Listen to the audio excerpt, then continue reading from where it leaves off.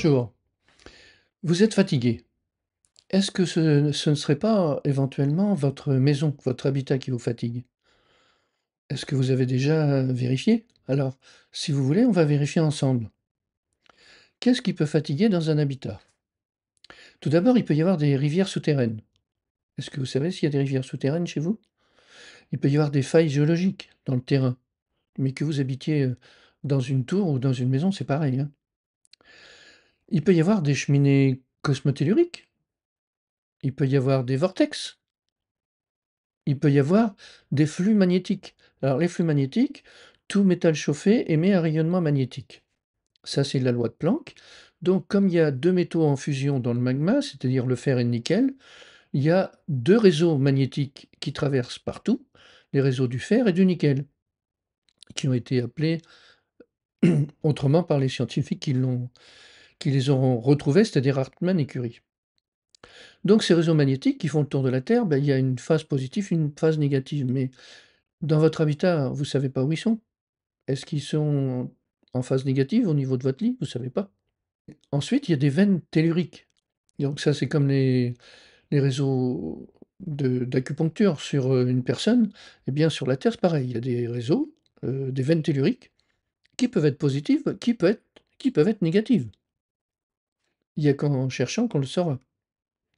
Ensuite, il y a d'autres facteurs naturels encore. C'est par exemple, le radon, le méthane. Le méthane peut arriver dans l'air, par exemple, s'il y a une ferme à proximité et que le courant d'air, vous envoie le méthane des vaches, chez vous. Il peut y avoir de la radioactivité dans certains endroits, en Bretagne, par exemple, un peu plus en Bretagne, un peu plus, au Massif central. Tout ça, ce sont des facteurs, naturels qui agissent, sur votre habitat. Ensuite, on a les inventions de l'homme. Alors les inventions de l'homme, elles ne manquent pas, c'est-à-dire, tout ce qui est électrique, électronique, électromagnétique. Est-ce que votre table de nuit n'a pas un courant électrique? Est-ce que votre cloison qui est en placo-plâtre, si c'est le cas, hein, il y a des rails métalliques derrière pour la tenir.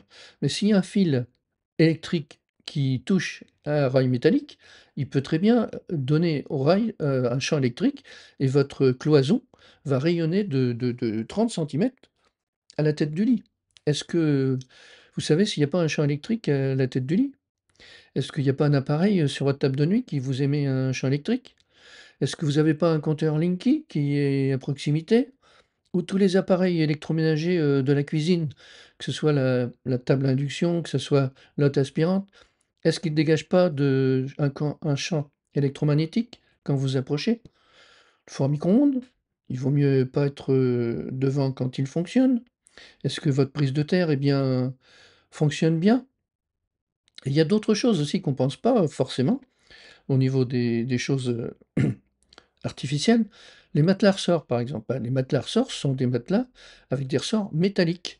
Or le métal, comme il est circulaire, eh bien, il capte l'électricité statique ou l'électricité dans l'air normale et la concentre au milieu.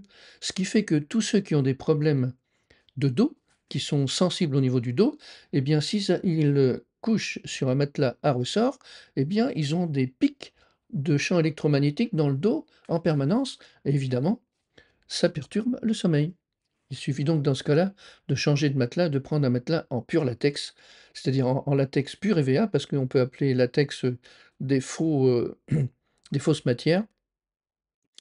Ensuite, on peut avoir donc, des problèmes de lignes de haute tension à proximité, des problèmes d'ondes qui traversent entre 2 antennes, une antenne d'un côté, une antenne de l'autre et justement ça passe chez vous.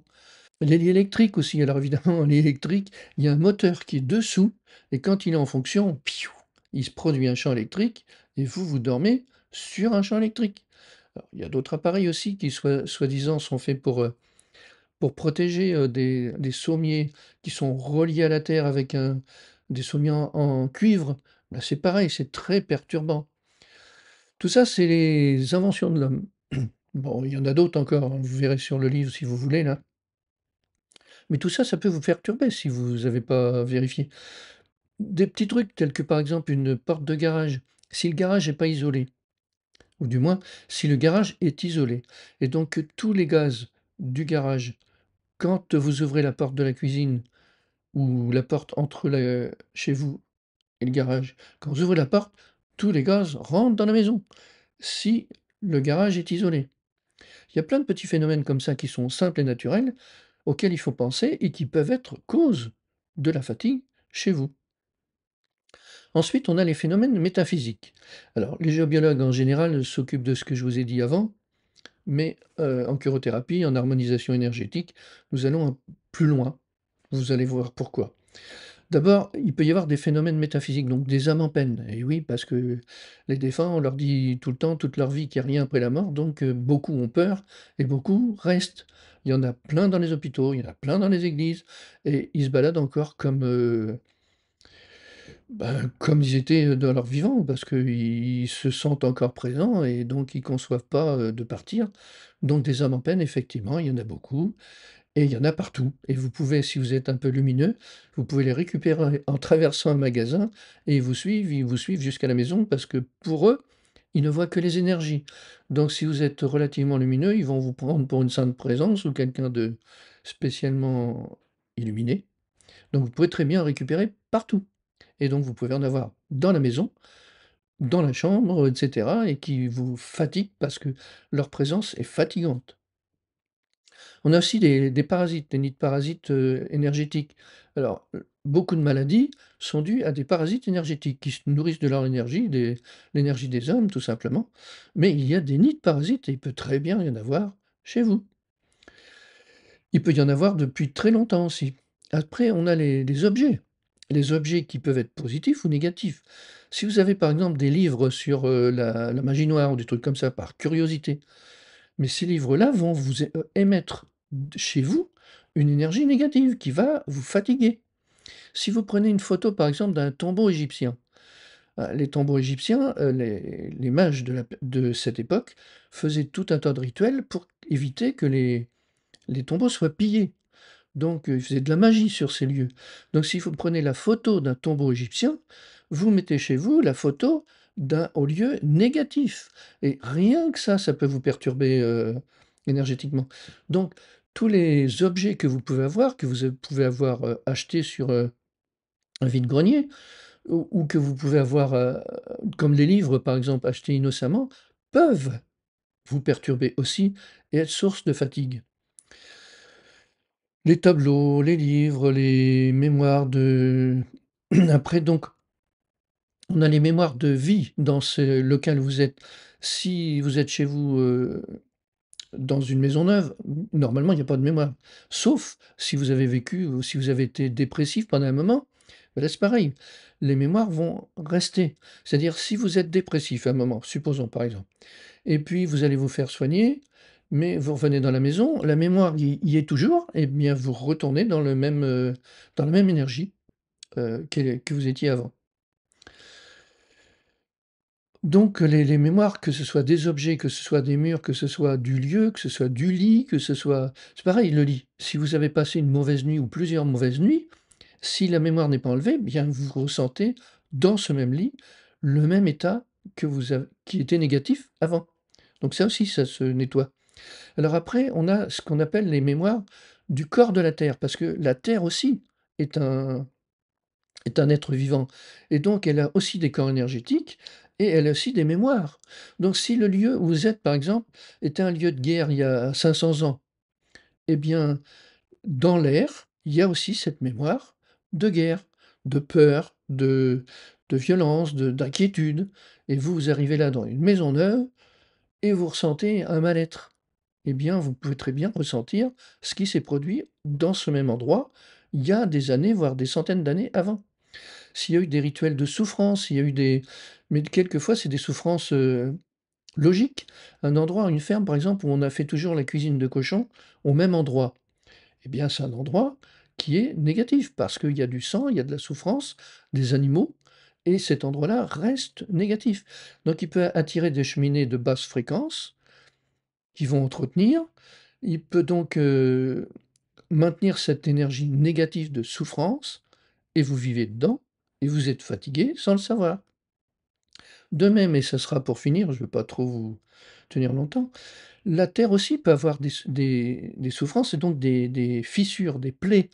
Donc il y a 2 types de plaies, enfin il y en a plusieurs, mais il y a 2 types de plaies. Il y a les plaies rentrantes, c'est-à-dire c'est un peu comme une coupure, hein, vous êtes fait une coupure, bah, au niveau de la terre, c'est pareil. Il y a des plaies rentrantes et il y a des plaies sortantes, c'est-à-dire c'est une évacuation pour les plaies sortantes, comme un furon, comme une évacuation d'énergie négative. Mais ces plaies de la terre, si votre habitat se trouve dedans, eh bien, ça va vous épuiser. Si c'est une plaie rentrante qui a été due, par exemple, à des travaux, des excavations, des tunnels, des travaux de route, et puis que ça crée une plaie de la terre énergétique rentrante, vous, ça va vous épuiser physiquement. Ça va vous vider les énergies.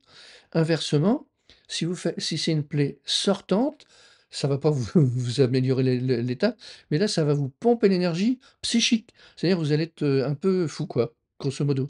Donc là, c'est les évacuations d'énergie dans les lieux, c'est là où il y a eu beaucoup de mauvaises intentions, beaucoup de mauvaises idées, beaucoup de méchanceté et là, ça fait une sorte de masse de putréfaction et la terre l'évacue naturellement dans ces corps de la terre et les personnes qui se trouvent là-dedans, eh bien, sont mentalement, très perturbées, quoi. Ça c'est un peu la folie, quoi.